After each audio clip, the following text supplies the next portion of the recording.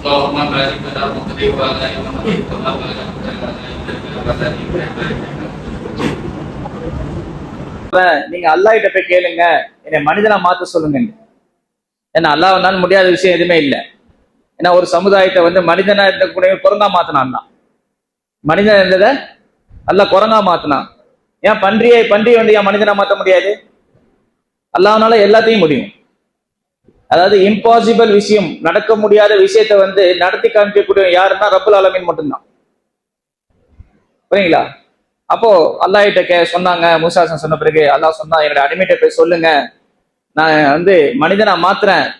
ஆனா ஒரு நிபந்தனை, ஒரு கண்டிஷன் என்னன்னா, நான் ஈமானை மட்டும் தர மாட்டேன். ஒரே கண்டிஷன் என்னது? நான் ஈமானை மட்டும் தர மாட்டேன் அப்படின்னு சொன்ன உடனே அப்போ அந்த ஈமான் வேணான்னா, ஈமான் இல்லாத மனிதன வாழ்க்கை வேணும்னா மனிதனை மாத்திடுறேன், என்ன அடிமைட்ட போய் சொல்லுங்க அப்படின்னு. இப்போ மூசா அலைஹிஸ்ஸலாம் அல்லாஹ்கிட்ட பேசின பிறகு கடைசியில திருப்பி என்ன செய்யறாங்க, வராங்க.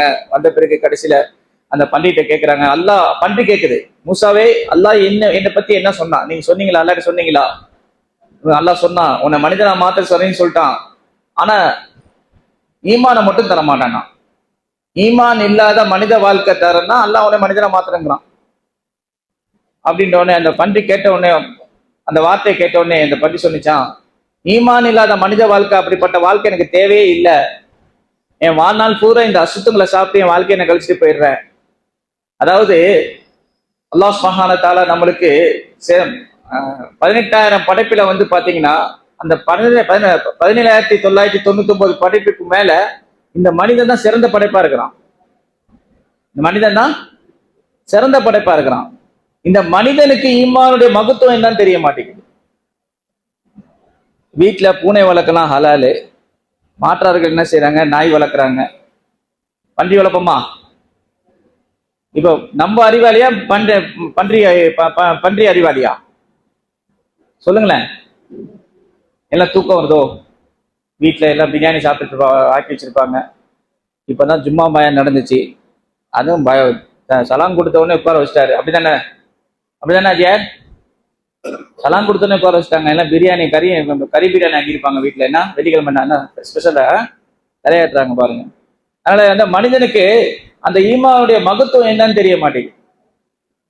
அல்லாஹ் குர்ஆன்ல சொல்றான், ஈமான் கொண்ட மக்களே, அதாவது அல்லாஹ் இப்படி சொல்லல, ஈமான் இல்லாத மக்களே, நீங்க ஈமான் இல்லாம நீங்க மரணிச்சிடாதீங்க அல்லாஹ் சொல்லல. அல்லாஹ் என்ன சொல்றான், ஈமான் கொண்ட மக்களே, அதான் மூமின்களை பார்த்து நீங்க ஈமான் இல்லாத நிலைமையில என்னை சந்திச்சிடாதீங்கிறாங்க. அப்ப ஈமானோட மூத்தா போகணும், ஈமானோட மூத்தா போகணும். அப்போ நம்ம என்ன நினைச்சிட்டு இருக்கோம், முதல்ல ஃபர்லு என்னன்னு பாத்தீங்கன்னா கலிமா. முதல் ஃபர்லு என்னது? கலிமா, லா இலாஹா இல்லல்லாஹ், அல்லாஹ் தான் என்னுடைய ரப்பு. நம்ம ஏற்றுக்கொள்றோம். நபி ஸல்லல்லாஹு அலைஹி வஸல்லம் இறுதி நபியாக இருக்கிறத ஏற்றுக்கொள்றோம். ஆனா நம்ம என்ன இணையத்தில் வச்சிருக்கோம்னா, ஹஜ்ஜி என்ன செய்யறோம் பாத்தீங்கன்னா கடைசியா வருது பாய், அது எல்லாம் கடமையும் முடிச்சுதான் போய் செய்யணும். எப்படி பாய்? முதல்ல கலிமா, 2வது தொழுகை, 3வது நோன்பு, 4வது ஜக்காத், 5வது தான் போய் ஹஜ்ஜி வருது. அப்ப நான் எல்லா கடமைகள் எல்லாத்தையும் முடிச்ச பிறகு நான் என்ன செய்யறேன், நான் ஹஜ்ஜிக்கு போறேன் பாய். ஹஜ்ரத் ரசூலுல்லாஹி ஸல்லல்லாஹு அலைஹி வஸல்லம் சொன்னாங்க, யார் ஏதோ ஒரு நன்மையான விஷயம் உள்ளத்துல உதிச்சிச்சுன்னா உடனே செய்யுங்கன்னு சொல்றாங்க. பாவமான காரியம் உள்ளத்துல உச்சினா தள்ளி போடுங்க, நாட்களை தள்ளி போடுங்கன்னு சொல்லியிருக்காங்க ஹஜ்ரத் ரசூலுல்லாஹி ஸல்லல்லாஹு அலைஹி வஸல்லம். அப்ப ஆக மொத்தத்துல ரசூலுல்லாஹி ஸல்லல்லாஹு அலைஹி வஸல்லம் என்ன சொல்றாங்க பாருங்க. அதாவது ரமலானுடைய சிறப்பு, ரமலான் டைம்ல யார் எனக்கு உம்ரா செய்ய வராங்களோ, நபி கூட ஹஜ்ஜி செய்யக்கூடிய நன்மை இருக்குது. ஹஜ்ஜி செய்யக்கூடிய ரமலான் டைம்ல யார் உம்ரா செய்ய போறாங்களோ, நம்ம கூட ஹஜ்ஜி செஞ்ச நன்மை என்ன நன்மை கிடைக்குமோ அந்த நன்மை கிடைக்கும். அதனாலதான் பாருங்க, ஹஜ்ஜை விட பயங்கரமான கூட்டம் எப்போ வரும்னா ரமலான்ல வரும். ஹஜ்ஜை விட கூட்டம் எப்போ வரும்னா ரமலான்ல வரும். இன்னொரு ரிவாயத்துல சொல்றாங்க நபி ஸல்லல்லாஹு சொல்றாங்க, யாரு ஹஜ்ஜி செய்யறாங்களோ அவங்க ஏழை ஆக மாட்டாங்கன்னு சொல்லி ஹதீஸ் இருக்கு. அதே இன்னொரு ரிவாயத்துல என்ன சொல்றாங்க, ஹஜ்ரத் ரசூலுல்லாஹி ஸல்லல்லாஹு அலைஹி வஸல்லம் என்ன சொல்றாங்க, யாரு ஹஜ்ஜி செய்யலையோ அவங்க யஹூதியாக நசரானியாக மரணிக்கட்டும் சொல்லியிருக்காங்க.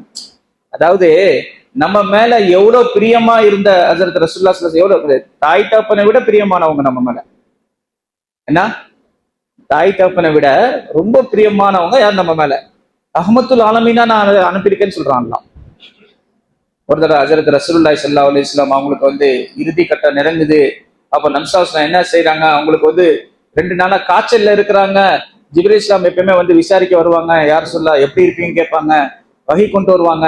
அந்த இந்த டைம்ல வந்து என்ன செய்யறாங்க, நம்சாஸ்லாம் அவங்களுக்கு சலாம் கொடுத்துட்டு, யார சொல்லா நான் மட்டும் வரல, இன்னொரு மலக்கும் வந்திருக்காங்க, உங்களோட பர்மிஷன் இல்லாம அவங்க உள்ள வர முடியாது, நீங்க உத்தரவு கொடுக்காத வரைக்கும் அவங்க உள்ள வர முடியாது அப்படின்னு சொல்லி ஹஜரத் ஜிப்ரீல் இஸ்லாம் சொன்ன பிறகு நம்சா சொன்னாங்க, யார் அவங்க? இஸ்ரா இஸ்லாம் வந்திருக்காங்க, வர சொல்லுங்க அப்படின்னு சொன்ன பிறகுதான் உள்ள வந்தாங்க. அப்ப ஹஜரத் ரசூலுல்லாஹி ஸல்லல்லாஹு அலைஹி வஸல்லம் அவங்கள்ட்ட வந்து இஸ்ரா இஸ்லாம் கேட்கறாங்க, யா ரசூலுல்லாஹி ஸல்லல்லாஹு அலைஹி வஸல்லம், அல்லாஹ் சுப்ஹானஹு வ தஆலா எனக்கு உங்களுக்கு 2 ஆப்ஷன் கொடுத்திருக்கான், எந்த நபிமார்க்கும் கொடுக்காத ஒரு 2 ஆப்ஷன் எல்லாம் கொடுத்திருக்கான். அது என்ன ஆப்ஷன் பாத்தீங்கன்னா, ஒண்ணு, நீங்க தாயுடைய வயித்துல இருக்கும் போது உங்களுடைய கலாத்தக்தீர் என்ன இருந்துச்சோ அது பிரகாரம் அல்லாஹ் ரூஹ் வாங்கிட்டு சொன்னா, நபி உத்தரவு விட்டான் தான் நீங்க ரூஹ் வாங்கிட்டு வரணும் அப்படின்னு சொன்னா. ரெண்டாவது வந்து நீங்க வந்து எவ்வளவு நாட்கள், எவ்வளவு நாள், நீங்க வந்து எவ்வளவு வருடங்கள் நீங்க வந்து உலகத்துல வாழணுமோ வாழ்ந்து கொள்ளலாம் யார் சொல்லா. அப்ப நம்சா சொன்னாங்க, எனக்கு போதுமான வாழ்க்கை தேவையில்லை, எனக்கு மிச்ச வாழ்க்கை தேவையில்லை, என் தாயுடைய வயிற்றுல என்னுடைய கலாத்தக்தீர் என்ன எழுதப்பட்டிருக்கோ அதே இதுல என்ன செய்யுங்க என்று ரூஹ் வாங்கன்னு சொன்னாங்க நம்சா. அப்ப ரூஹ் வாங்கும் போது இஸ்ராயல் இஸ்லாம் ரூஹ் வாங்குறாங்க. ரூஹ் வாங்கிட்டு இருக்கும் போது, இஸ்ராயலே கொஞ்சம் நிப்பாட்டுங்க, என்னால வலி தாங்க முடியல அப்படின்னாங்க. கொஞ்சம் நிப்பாட்டுங்க, சக்கராத்துடைய வேதனை என்னால தாங்க முடியல அப்படின்னாங்க ஹஜரத் ரசூலுல்லாஹி சொன்ன பிறகு. அப்போ இஸ்ராயல் சொன்னாங்க, யா ரசூலுல்லாஹி ஸல்லல்லாஹு அலைஹி வஸல்லம், அல்லாஹ் சுப்ஹானஹு வ தஆலா எனக்கு உத்தரவிட்டான். எப்படி உத்தரவிட்டானா, என்னுடைய நபிக்கு ரொம்ப மெல்லினமான முறையில, ரொம்ப ரொம்ப லேசான முறையில நீங்க ரூஹ் வாங்கிட்டு வரணும் இஸ்ராயேலின்னு சொன்னா. அல்லாஹ் சுப்ஹானஹு வ தஆலா சொன்னா, அது பிரகாரம் தான் யா ரசூலுல்லாஹ் நான் வந்து உங்கள்ட்ட ரூஹ் வாங்கிட்டு இருக்கிறேன் அப்படின்றவனே, இல்லையே இந்த ரூஹ் வாங்கக்கூடிய அதாபை என்னால தாங்க முடியலன்னாங்க. அப்ப அந்த சமயத்துல, அந்த சக்கராத்துடைய நேரத்துல அந்த வேதனை தாங்க முடியாம, அதே நேரத்துல ஹஜரத் ரசூலுல்லாஹி ஸல்லல்லாஹு அலைஹி வஸல்லம் கேட்கறாங்க, இஸ்ராயலே என்னுடைய உம்மத்துக்கு சக்கராத்துடைய நேரம் எப்படி இருக்கும்? சொல்லப்படுது, சக்கராத்துடைய நேரத்துல கடல்ல இருக்கிற அத்தனை தண்ணியும் குடிச்சா கூட தாங்க அடங்காதான். 1000 வெட்டுகள், அதாவது வாளால் வெட்டப்பட்டால் எவ்வளவு வேதனைகள் இருக்குமோ அவ்வளவு வேதனை இருக்குமா. 100 சாக்கடிகள் அடிக்கப்பட்டால் எவ்வளவு வேதனை அதாபு இருக்குமோ அவ்வளவு வேதனை இருக்குமா சக்கராத்துடைய நேரத்துல. இப்போ இஸ்ராயல் இஸ்லாம் சொல்றாங்க, யா ரசூலுல்லாஹி ஸல்லல்லாஹு அலைஹி வஸல்லம், உங்களுடைய உம்மத்துக்கு ஒவ்வொரு நபருக்கும் 70 மடங்கு மேல, எத்தனை மேல? 70 மடங்கு மேல அவங்களுடைய ரூஹ் வாங்கப்படும். அதாவது அவங்களுக்கு சிரமங்கள், கஷ்டங்கள் கொடுத்து ரூஹ் வாங்கப்படும் அப்படின்றவனே அம்சா சொன்னாங்க, என்னுடைய உம்மத்துகள் எத்தனை பேரை கியாமத் நாள் வருவாங்களோ அத்தனை பேர், யகுதியா இருந்தாலும் சரி, நஸ்ரானியா இருந்தாலும் சரி, அதான் நாத்திகனா இருந்தாலும் சரி, முஸ்லிமா இருந்தாலும் சரி, யாரா இருந்தாலும் பரவாயில்ல, முனாஃபிக்கா இருந்தாலும் சரி, அத்தனை பேருடைய உம்மத்து, என்னுடைய உம்மத்துடைய ரூஹ் வாங்கக்கூடிய அதாபு இருக்குத, அந்த அதாபு எனக்கு கொடுத்துருங்க, என் உம்மத்துக்கு கொடுத்துறாதீங்கன்னாங்க. எவ்வளவு பிரியமான நபி, இப்படிப்பட்ட நபி என் உம்மத்துக்கு, என்னுடைய உம்மத்து யாரும் நரகத்துக்கு போயிடக்கூடாது அப்படிங்கிறது ரொம்ப கவலையா இருந்தாங்க. எந்நேரமும் கவலையா இருப்பாங்க. ஆனால் ஒரு தொழுகை வந்து பள்ளியில தொழுகாம வீட்டுல தொழுனால், அவங்க வீடை வந்து நான் வந்து என் மனம் நாடுது, என்ன செய்யணும், அவங்க வீடை நான் எரிக்கணும்னு சொல்லி நம்சா சொல்லியிருக்காங்க. அப்போ இன்னொரு விஷயம் சொல்லியிருக்காங்க, என்னன்னு பாத்தீங்கன்னா, வசதி வாய்ப்புகள் இருந்து யார் ஹஜ் செய்யவில்லையோ அவங்க யகுதி நஸ்ரானியாக மரணிக்கணும்னு சொல்லியிருக்காங்க. புரியுங்களா? என் உம்மத்து யாருமே கஷ்டப்படக்கூடாது, யாரும் நரகத்துக்கு போக கூடாதுன்னா இந்த 2 விஷயத்துக்கு மட்டும் என் நம்சா அப்படி சொல்றாங்க. ஏன்னா இது முக்கியமான விஷயம். இது ஒரு சம்பவம் நடந்தது. இதுதான் பாத்தீங்கன்னா, மாசத்துக்கு மட்டுமே மெட்ராஸ்ல 5 லட்ச ரூபா வருமானம் வரும். எத்தனை வரும்?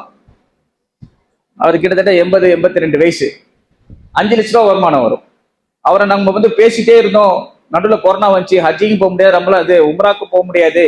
கடைசியில ஃபைனல் பாத்தீங்கன்னா, உம்ரா முடிஞ்ச பிறகு, உம்ரா திருப்பி மறுபடியும் ஸ்டார்ட் ஆகும் பிறகு ஹஜ்ஜிக்கு கன்வின்ஸ் பண்ண பாத்தீங்கன்னா அவங்க என்ன மௌத்தா போயிட்டாரு. நிறைய செல்வாக்கு இருக்குது, மாசம் 5 லட்ச ரூபா வருமானம், வருடத்துக்கு 60 லட்ச ரூபா, என்ன பார்ட் ஆஃப் 1 தான் கொடுக்க போறாரு. இருந்தாலும் வந்து அவருக்கு போறதுக்கு அல்லாவுடைய நாட்டம் இல்லை. ஆனா சைக்கிள்ல போய் என்ன செய்யறாரு, வீடு வீடா போய் டீ வித்தாரு, அல்லாவுடைய ஹஜ்ஜிக்கு போனாரு. புரியுங்களா? அதனால இன்ஷா அல்லாஹ் ஹஜ்ஜி செய்யறவங்க நிச்சயமாக ஏழையாக மாட்டாங்கன்னு இருக்குது. ஹஜ் செய்யறவங்க நிச்சயமாக ஏழையாக மாட்டாங்க. இப்போ ஒரு இடம் வாங்குறோம். இப்போ மெட்ராஸ்ல வந்து அண்ணா நகர் பெரிய ஏரியா, என்ன அந்த அண்ணா நகர்ல இடம் வாங்குறோம். ஏதாவது வந்து பேரம் பேசி வாங்குவோமா? இடத்துடைய மதிப்பு தெரியுது, அமலுடைய மதிப்பு தெரியல. யாருக்கு? உம்மத்துக்கு இடத்துடைய மதிப்பு என்னன்னு தெரியுது. நகத்துடைய, அதாவது நகம், நகை நகை இருக்கு பாத்தீங்களா, சவரன், ஒரு சவரனுடைய மதிப்பு என்னன்னு தெரியுது.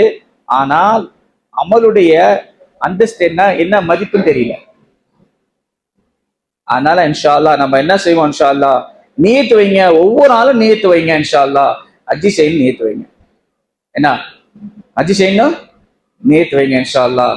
அதனால இன்ஷா அல்லாஹ் நம்மளுக்கு ரொம்ப, அதாவது இது சாதாரண விஷயம் கிடையாது. ஹஜ்ஜி செய்யறவங்க வந்து அன்னைக்கு பிறந்த குழந்தை மாதிரி, அன்றைக்கு பிறந்த பாலகன் மாதிரி. அவர் எல்லா பாவத்தையும் மன்னிக்கப்பட்டு திருப்பி வராரு. எல்லா பாவத்தையும், நிறைய விஷயங்கள் பேசலாம், ஏன்னா பேசக்கூடிய டைம் இல்லை, புரியுங்களா? ஹஜ்ஜி செய்யறது இருக்க, அதாவது வந்து ரசூலுல்லாஹி ஸல்லல்லாஹு அலைஹி வஸல்லம் பாத்தீங்கன்னா அரஃபாவுடைய தினத்துல இந்த பெண்ணா நோன்பு அன்னைக்குது, அந்த ஹஜ்ஜுடைய தினத்துல வந்து பாத்தீங்கன்னா கிட்டத்தட்ட 5.5 மணி நேரம் அழுதாங்க. எத்தனை மணி நேரம் அழுதாங்க? தேம்பி தேம்பி 5 மணி நேரம் அழுதுட்டாங்க. எப்படின்னா ஹஜ்ரத் அபூபக்கர் சித்திக் ரலியல்லாஹு அன்ஹு பக்கத்துல வந்து நம்சாஸ் அவங்களுக்கு தட்ட ஆரம்பிச்சாங்க. யார் சொல்ல போதும், இந்த உம்மத்துக்காண்டி, இந்த உம்மத்து எப்படியாவது மன்னிக்கப்பட வேண்டும். அப்ப அல்லாஹ் சொன்னா, நபியே உங்களுடைய உம்மத்தை நான் எல்லாரையும் மன்னிச்சிடுவேன் அப்படின்னு. அப்ப அல்லாஹ் சுப்ஹானஹு வ தஆலா திருப்பி சொல்றான், அடியார்களுக்கு செய்யக்கூடிய அடியார்கள் அநியாயங்கள் இருக்கு பாத்தீங்களா, அதை நான் மன்னிக்க மாட்டேன், அந்த அடியார்கள் மன்னிக்காத வரைக்கும் நான் மன்னிக்க மாட்டேன் அப்படின்னோடனே நம்சாசன் திருப்பியும் அல்லாஹ்கிட்ட முறையிடுறாங்க. முறையிட்ட பிறகு அதுவும் நான் மன்னிச்சிடுறேன்ட்டாங்க. அவ்வளவு பெரிய சிறப்பு இருக்கு ஹஜ்ஜில, சாதாரண விஷயம் கிடையாது. அதனால இன்ஷா அல்லாஹ் நியத்து வைங்க, ஹஜ்ஜிக்கு போகணும் நியத்து வைங்க இன்ஷா அல்லாஹ். நம்ம வந்து கிட்டத்தட்ட ஒரு 15 வருடமாக நாங்கள் வந்து உம்ரா சர்வீஸ் பண்ணிட்டு இருக்கிறோம், ஹஜ் உம்ரா சர்வீஸ் பண்ணிட்டு இருக்கிறோம். இன்ஷா அல்லாஹ் நீங்க யாராவது புக் பண்ணா சொல்லுங்க இன்ஷா அல்லாஹ். முக்தார் பாய் தான் நம்மளுக்கு தெரிஞ்சவங்க, அவங்களை கூட கான்டாக்ட் பண்ணிங்க இன்ஷா அல்லாஹ். சும்மா இன்ஷா அல்லாஹ் சும்மா